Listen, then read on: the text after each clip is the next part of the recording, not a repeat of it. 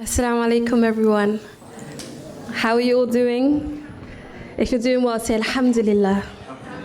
MashaAllah, it's so beautiful to be here, to have been invited to be partaking in an event like this.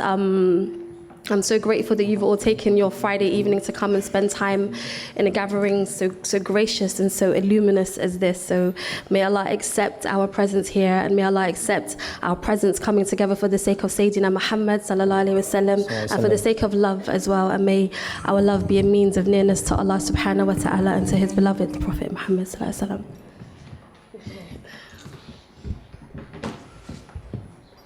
So this is my first performance of the year, so I'm excited and nervous and happy at the same time. Bismillah, we're going to start with a piece called Saints in the City. And I hope you like it. Bismillah ar-Rahim, alhamdulillah, rabbil alameen, ar-Rahman ar-Rahim, maliki yawmiddin. إياك نعبد وإياك نستعين اهدنا الصراط المستقيم صراط الذين أنعمت عليهم غير المغضوب عليهم ولا الضالين آمين اللهم صل على سيدنا محمد الفاتح لما أغلق والخاتم لما سبق ناصر الحق بالحق والهادي إلى صراطك المستقيم وعلى آله حق قدره ومقدار العظيم آمين.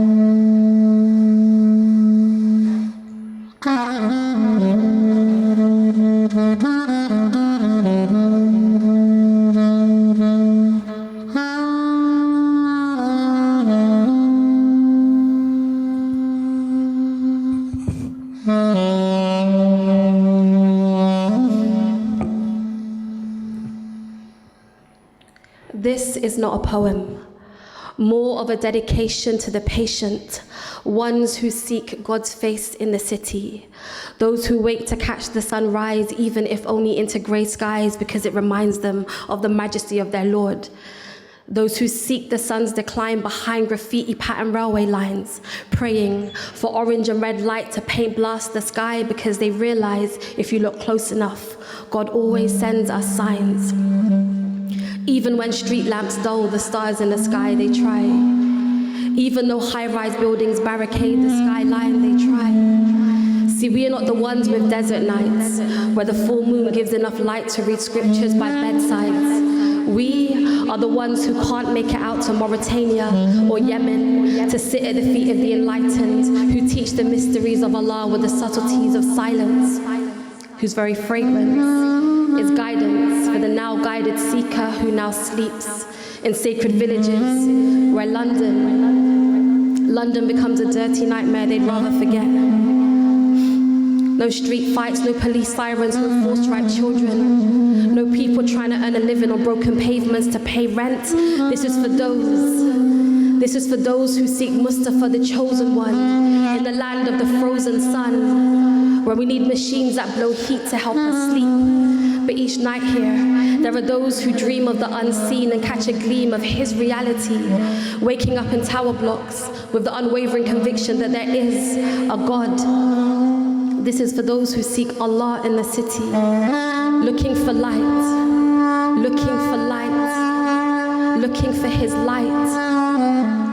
In a land of dark days and dark nights, tense hearts and bitter minds, to those who still seek the light in people's eyes, because they know we are all a manifestation of God's signs and everyone is reaching for him, even if they don't realize. This is for those with mercy in their eyes, whose prayers have the power to pierce the sky. Irregardless of where they reside, God always hears his servants cry. Irregardless of where they reside, God always hears his servants cry. To those who ride the train, reading sacred scrolls from masters of the soul, causing their hearts to expand and come back together between Oxford Street and Tottenham Court Road. They cause the carriage to glow, yet nobody knows that columns of angels follow them wherever they go. There are saints in our city, didn't you know? Friends of Allah walking down the high road. To those who clutch prayer beads tight, their intimate companions in the depths of the night. And as each bead passes through fingertips, his most beautiful names stain their lips, and they send prayers upon the Prophet until they no longer exist. Their bodies exist in a metropolis, but their souls have found bliss. And to those seekers who learn from online teachers and download khutbahs from iTunes and add it to their iPod playlist, exchanging YouTube videos on Facebook pages because we crave this knowledge of the sacred. These virtual sages boost our faith in the city. To those who have come to the conclusion that this whole world is an illusion that will one day fade, and all that will be left is his face. To those who seek God's face in the city, for you, I dedicate this.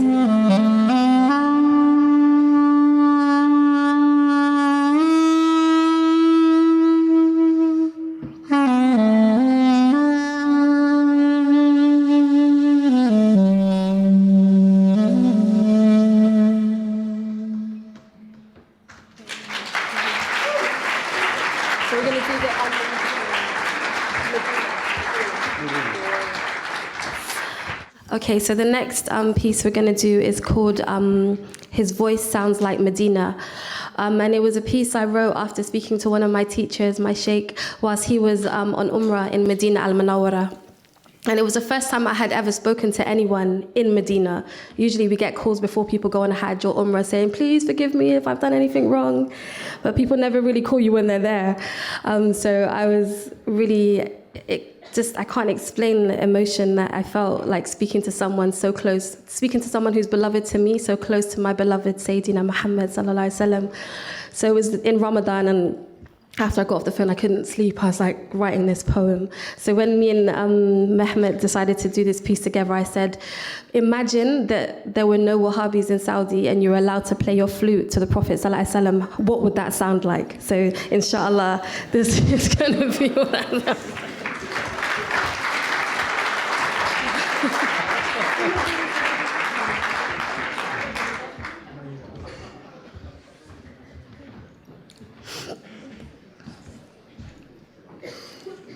She did say that as well.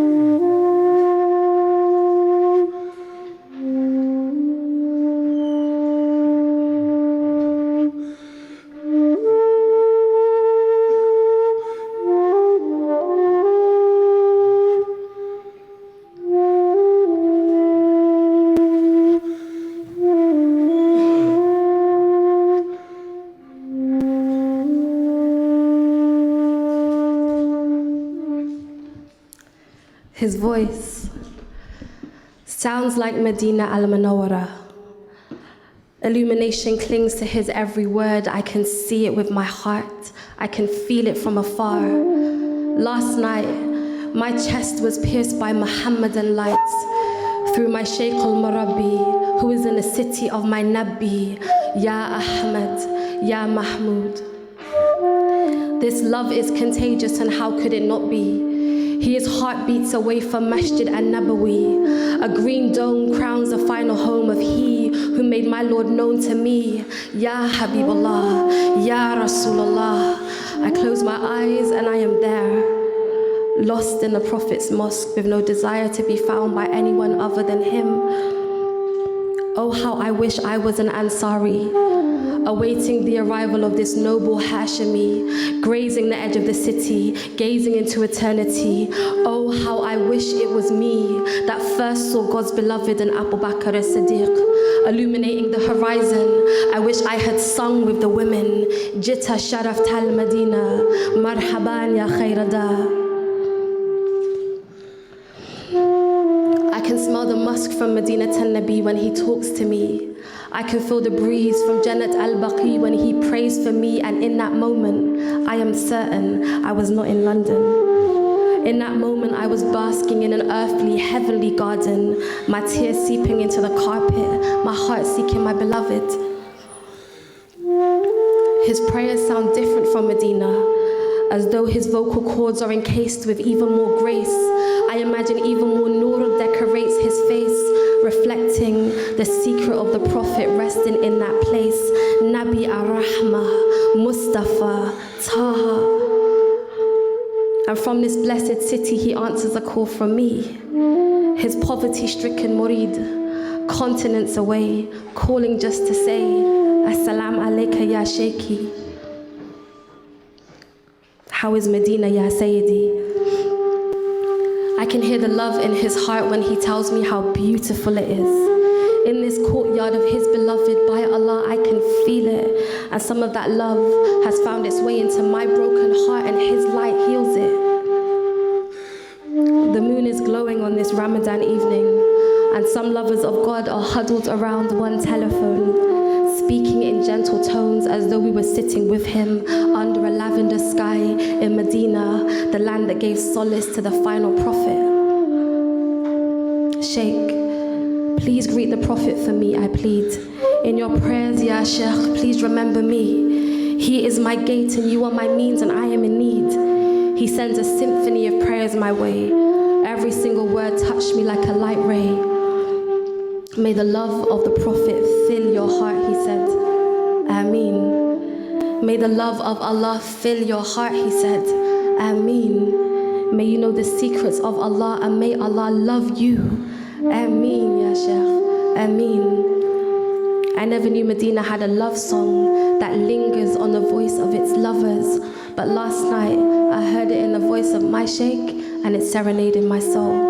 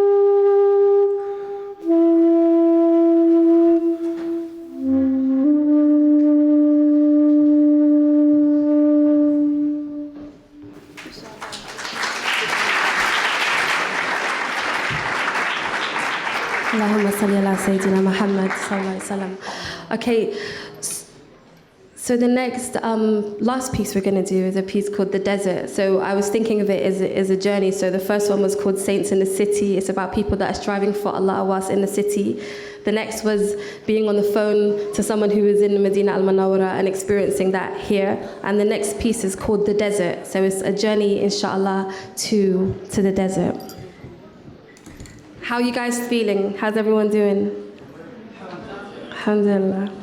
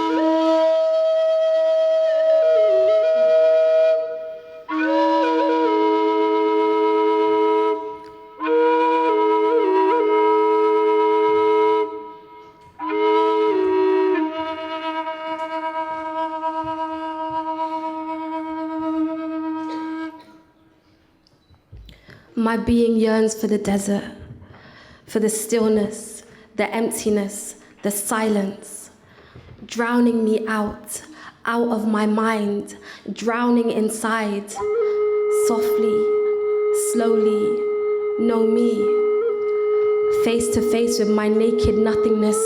In the name of his oneness, I bear witness that we are less than dust that dances with wind. No us, just him. No us, just him. No us. Lead me to a desert plain where nobody knows my name and nobody cares, busying their own hearts with the sacred art of calling the name from which all life came. Maybe I'll join this desert choir, attire nomadic, wrapped in 6 yards of fabric, protection from the sun's face, and protection lest I forget that someday when my soul meets with eternity, I'll be shrouded this way.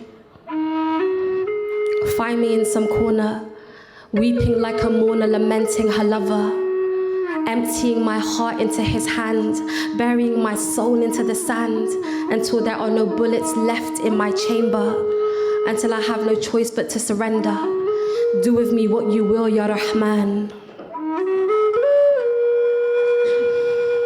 I'm imagining a Maghrib sky where the heavens have rose-tinted cheeks like a virgin bride, the scent of prayer perfuming the night, and when darkness arrives, we'll be cocooned in remembrance, and God's names will burst forth like butterflies to beautify the horizon.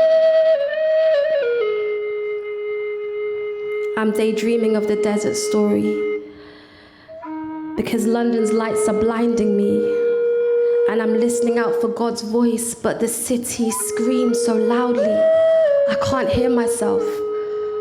Breathe.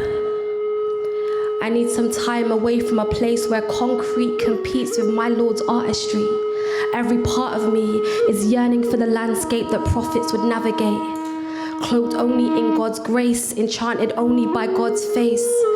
Oh my days, what I would do for a taste of how it feels to be erased, to be able to say, Sukina doesn't live here anymore. All that's left is God's names.